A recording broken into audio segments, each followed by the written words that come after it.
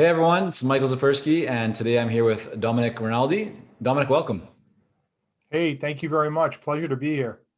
So Domenic, you are the managing director of Sun Acquisitions. You have a background working as an executive in sales, hospitality, and telecom. Let's start off and have you share with us, how do you actually get into the business of advising companies on acquisitions?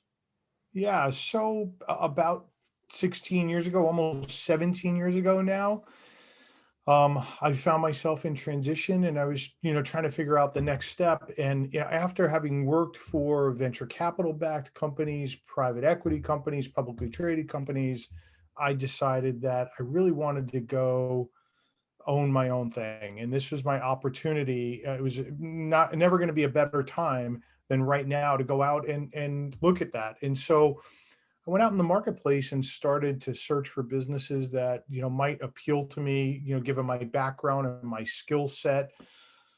And in the process of searching, I was pretty disillusioned. Just wasn't finding what I wanted.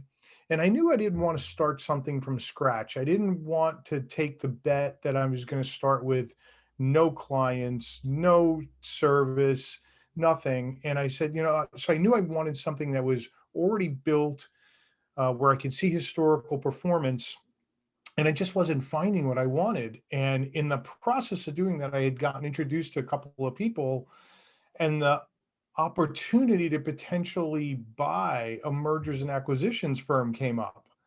And long story short, I did about 6 months of research. It seemed like a great time to enter this business, and an opportunity presented itself, and I bought an existing firm Right. that was doing small market M&A. And it was only a couple of advisors at the time, and here I am, 15, 16 years later. We've got 15 people. We're the largest firm in Chicago that does what we do. We service clients nationally, but in the Chicago market, we're the largest company of our size, and I was able to build what I was hoping I could. So before we dive deeper into that, I mean, you mentioned a moment ago that you felt that now, or not now, but when you were going through that transition, that at that time it was most likely the best time for you. Like there would never be a better time. Why was that? What were the factors going on that made you feel that it was that time was the time for you to act? Yeah, and let me put a qualifier on that. That time was the best time for the business that I bought. Mm, Looking at the macroeconomic trends for this M&A business, and it was a couple of things. One, you had baby boomers who were about to start reaching retirement age, who were going to start retiring in the US in big numbers. And baby boomers own 9 million of the 15 million small businesses. And so they were going to pass those businesses on. And as I came to learn, I didn't quite know at the time, but as I came to learn, many of them didn't have another generation to pass the business on to. mm. So a third party sale was really the way for them to monetize that investment. At the time, this now I'm going back to 2004, 2005, capital markets were wide open. So tons of money. Interest rates were relatively low, not as low as they are today, but they were relatively low. And outsourcing was a thing that was really picking up steam. And so all of those things combined got me to the point where I thought making an investment in this type of firm at that time made a lot of sense. The economics, I just thought, and the trends were in my favor. So you actually acquired your first business, right? Which is for a lot of people, I mean, it's not common. I'd love for you to kind of take us a little deeper into why. Why not start something yourself? Why not, kind of create your own child as opposed to quote unquote kind of finding one that's already out there and has developed to a point. I mean, this is a bit of a kind of, it's not really a hypothetical question, but I see your point of view. But I think for those who might be contemplating, or maybe for those who have never even considered the concept of purchasing another business, Yeah. what really attracted you to that? Yeah. So there were a number of things. One, I had seen a bunch of friends over the years, and by the way, I wasn't looking for a side hustle, right? I was looking for a real substantial business. right? That had infrastructure and foundation and all those sorts of things. So if I was looking for side hustle, I might have arrived at a different solution. Why But weren't you for looking me, for what? Just to stop on that for a second, Dominic. Why weren't you looking for that in terms of you starting off just to maybe an advisor in some area? Like, you wanted infrastructure. You really wanted a more substantial, right? Business that had team and yeah, resources, systems. yeah, Why for you was that important? yes. It was important for me because I wanted a platform from which I could grow something substantially, and I wanted to see proof of concept. I wanted to know and be able, in my diligence, to look at the things that were working in that business and why they were working, Mm. and how my talents might be able to take that business to the next level versus working from a blank sheet of paper with pro formas and just hoping that maybe I could execute properly and all the stars were going to align. And I also had the benefit of having several friends who had tried to start businesses and failed. They had put a lot of money and a lot of time and a lot of effort and never really got them off the ground. They were able to get some traction, but not traction to the point where it was a sustainable business. And the other thing was I had worked for a venture capital backed company that had gotten started from scratch where we raised over $100 million in venture capital money. And we got that company to the point where we had filed to go public. And 2 weeks before the market crash of April 2000. Mm. And so I had seen all this money invested, all this hard work. It wasn't profitable back in the days when you didn't have to be profitable when you were starting a company, internet company, only to have the markets dictate that we could never get out an IPO. And that business, while the technology was good and it wound up, the technology survived the closing down of that business. There was a lot of money and a lot of effort and a lot of livelihoods that disappeared almost overnight because we couldn't get out into the market and raise the money we needed to raise. And so for me, I wanted to know that there was a platform and a foundation I could take to the next level, and I wanted ongoing cash flows. I have a train to pull. I had a young family at the time, and so it was important for me to know that my tribe was going to be able to pull that train down the track while I was figuring it out, and not self-funding my lifestyle every month. Right. So let's talk about for the consultant and firm owner who's listening to this right now, who may or may not have a vision right now to sell their business. What should they be thinking about? What are some ways? Because I know this is a big part of the work that you do with your clients when it comes to increasing the value of a company. So for those listening Yeah. right now, what are some of the go-to opportunities and areas that you will look at or often recommend to your clients as a way to increase the value of their company and operations? Yeah. So the first thing I recommend is understand what your current value of your business is, right? So in whatever means that you can do that, hire a third party, go to somebody who knows how to do this, but get a line in the sand and understand what the value of your business is today and what the key value drivers of your business are. What are the things that increase or decrease value in the business? And there are some basic value drivers that cut across all sorts of businesses. And then there might be some specific ones to your business that you'll need to understand. So I can speak to the generic ones, Yeah, not give us some having a, examples. That a would be great sample. to make it more tangible for everyone. Yeah. So, some examples are one, how involved are you in the business? So, do you have a self managing business? Or are you so involved in the business and are decisions and processes reliant on you and your involvement? And this is a spectrum, right, of value. So, the less you are involved in the day to day operations of the business, the more valuable your business is.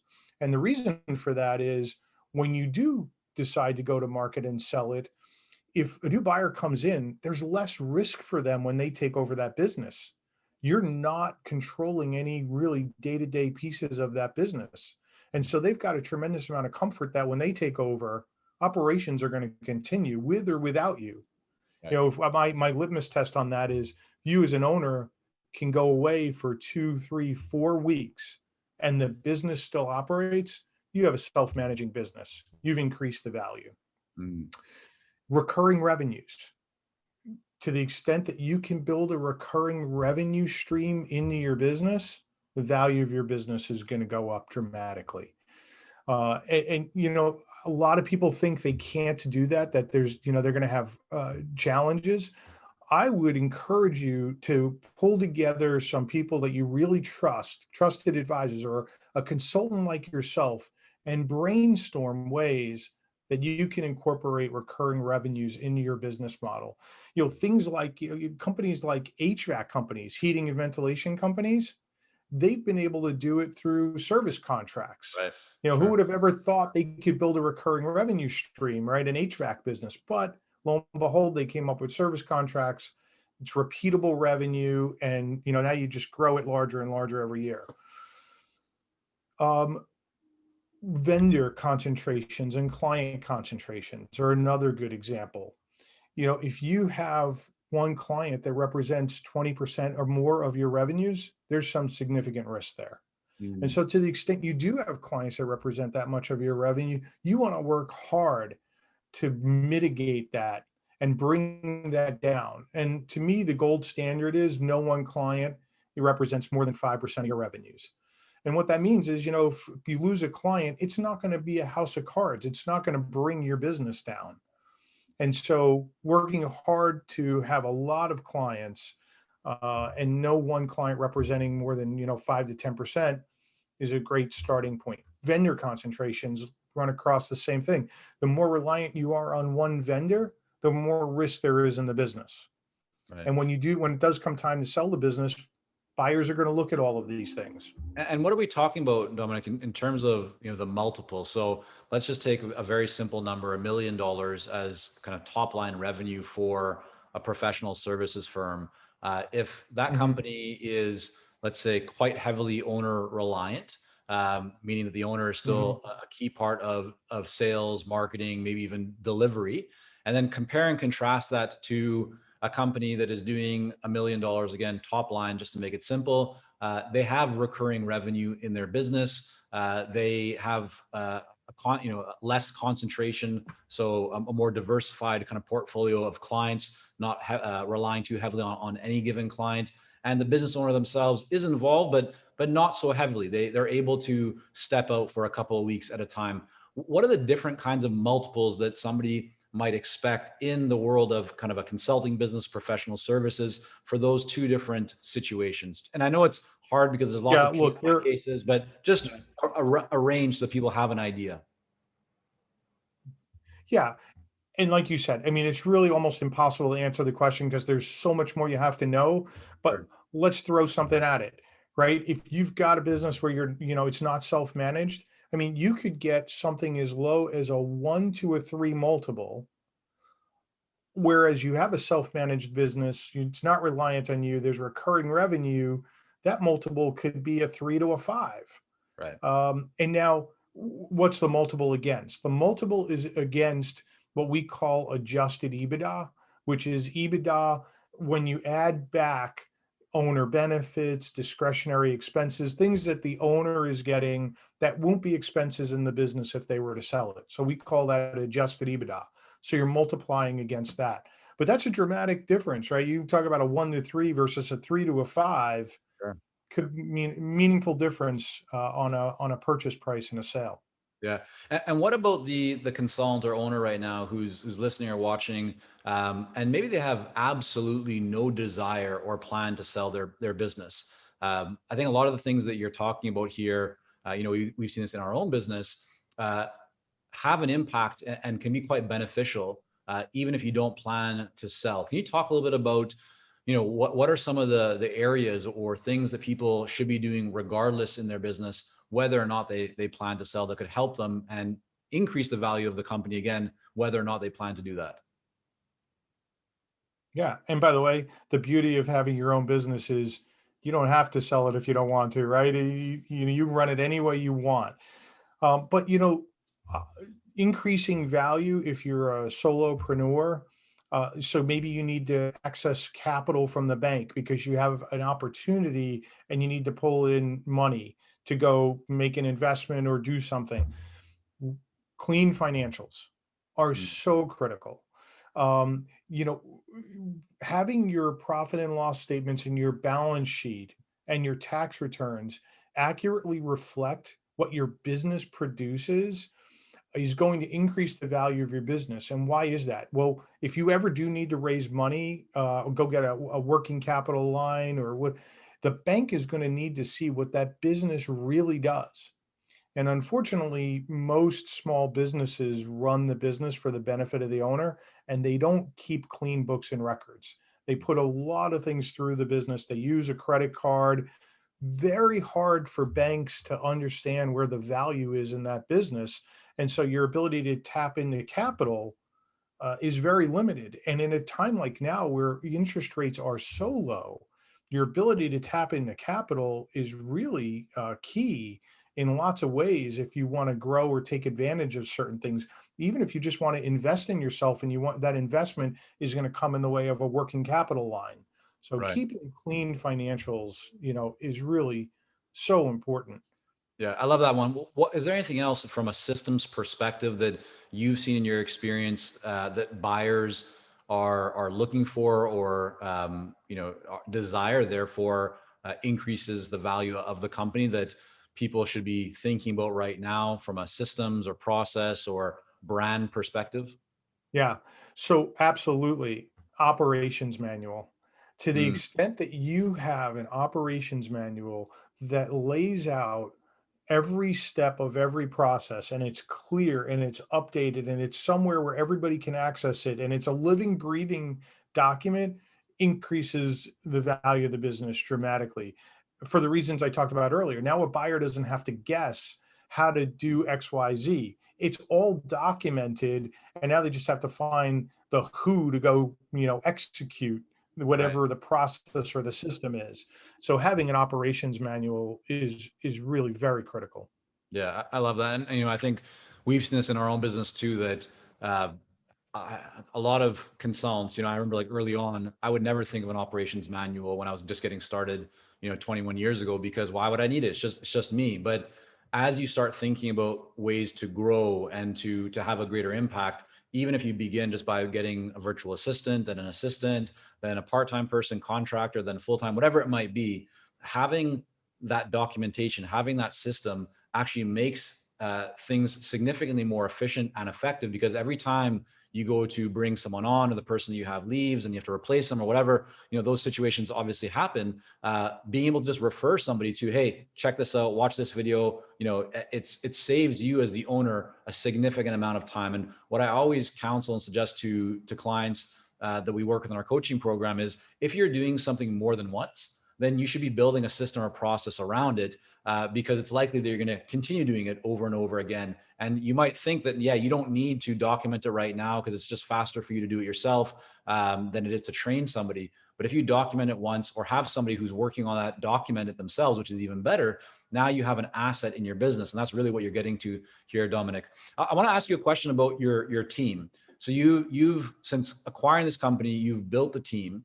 How do you think about your own kind of team members, and in terms of like building that team strategically? What do you look for? What kind of hires have you put into place? Just any thoughts or experiences that you've leveraged or brought into your business, and that you think is important for people to also consider.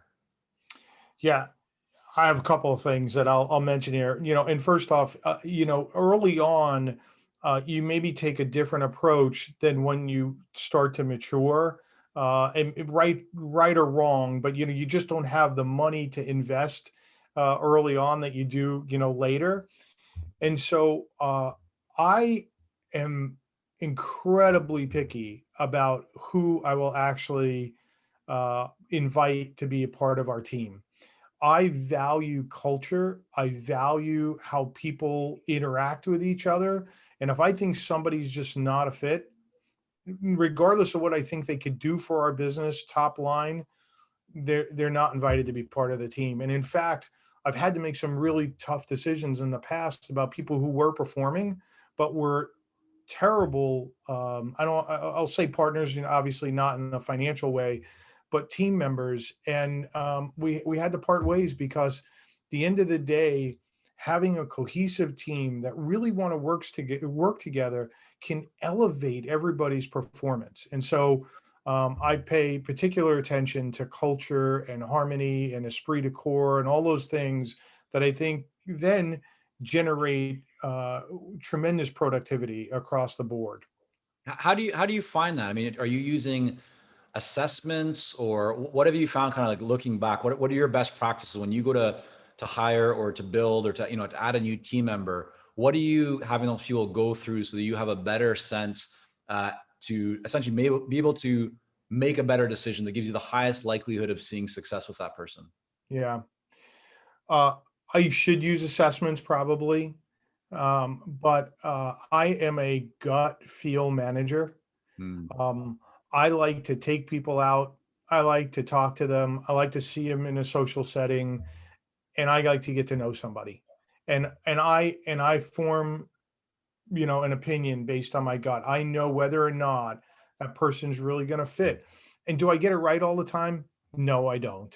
But by and large, I do get it right. And but I take my time. I'm not quick to make decisions that I think could harm the business.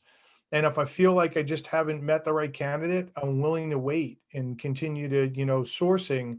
And if I have to, in this day and age with all of these freelancers, I'll plug a hole with a freelancer until I can find the right fit. I will say though, all of that, we did use some assessments for salespeople early on that I found very beneficial in some regards.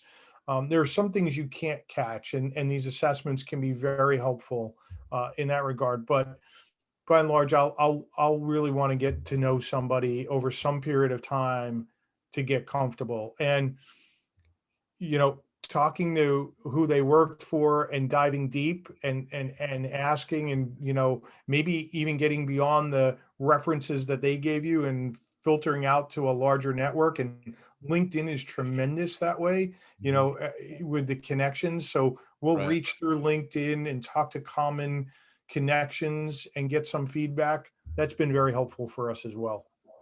And when you look to bring someone on, Dominic, are you typically going, setting it as once we reach this financial level or whatever that kind of metric is, then you go out and hire? Or have you found that you kind of look at, here's where we want to get to, and let's start hiring people now before we even need them? What's been your approach? Because I think a lot of people struggle with that in terms of it being a little bit of a chicken and egg situation.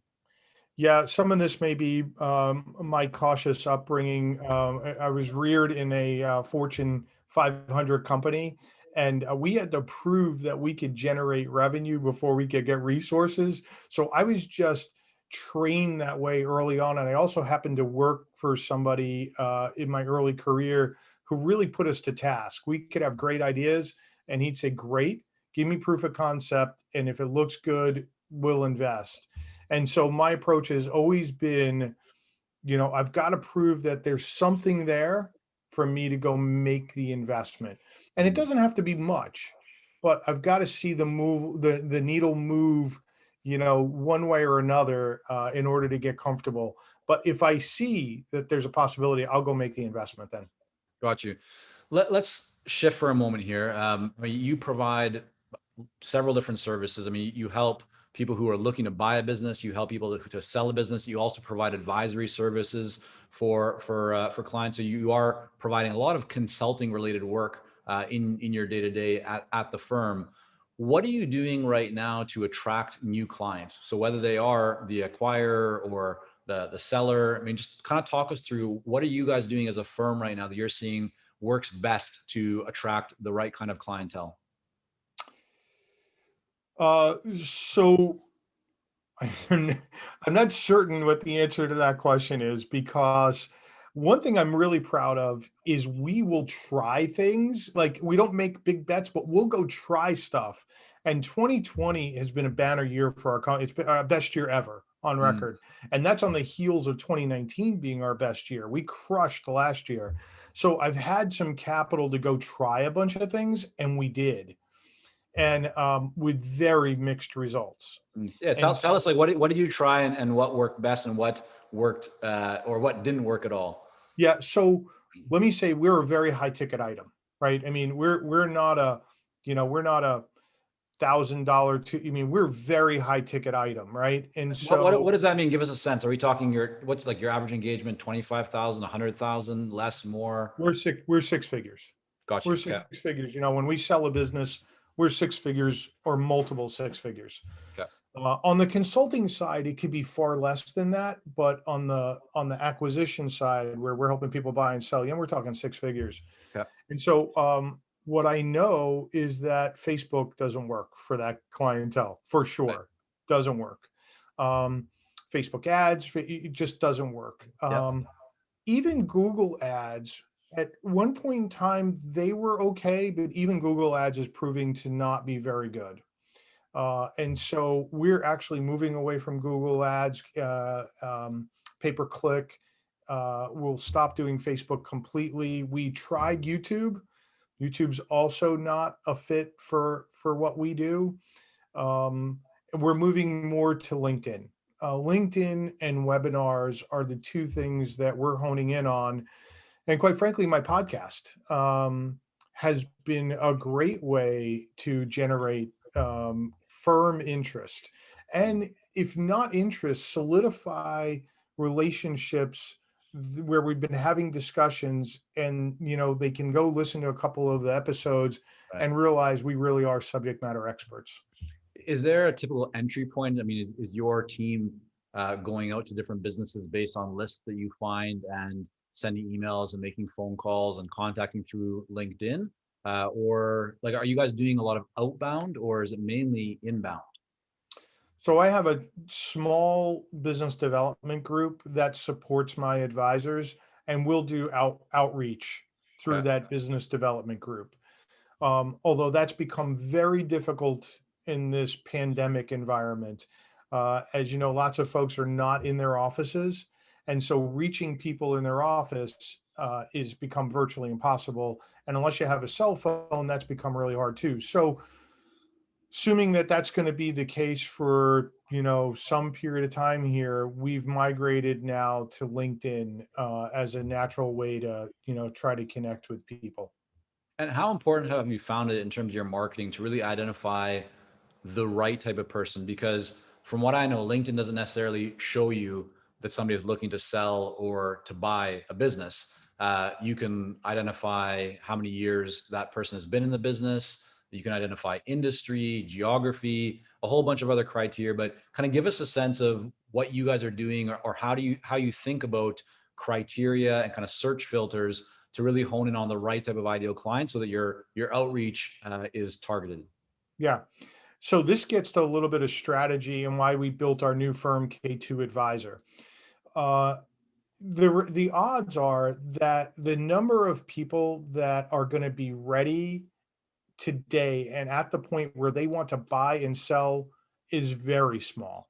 Mm. It might be 1 or 2% at most. And even then, they might not be ready to sell or buy once we give them all the specifics, right? And so Right. the numbers and the percentages are very small. So what are we trying to do? We're really trying to get in touch with as many people, hopefully in advance of those events, and work with them so that they can be prepared. Mm. And so Sun Acquisitions is our M&A arm, where somebody's ready to buy or sell, we can do the transaction. We built K2 Advisor so that if you're not ready today, that's fine. We can work with you over some period of time to make sure that you are prepared. So whether the date is a year from now or 6 years from now, you've done all the things that you should do to maximize your returns, minimize your risks, avoid the pitfalls. And we think that that's a good marriage. So we'll have a much higher percentage of people who will want to spend the time and effort to prepare. And then we'll naturally, hopefully, walk over some of those folks to the Sun Acquisition side when they are ready. Awesome. Well, Dominic, I want to thank you so much for coming on here today. Let us know, where's the best place for people to go to reach out to you to learn more about the work that you're doing. Yeah, my email is the best way to reach me. Rinaldi at sunacquisitions.com, Rinaldi at sunacquisitions.com. Wonderful. Okay, we'll have all that linked up in the show notes as well. Domenic, thanks again so much for coming on here today. Hey, Michael, thanks for having me. Really appreciate it.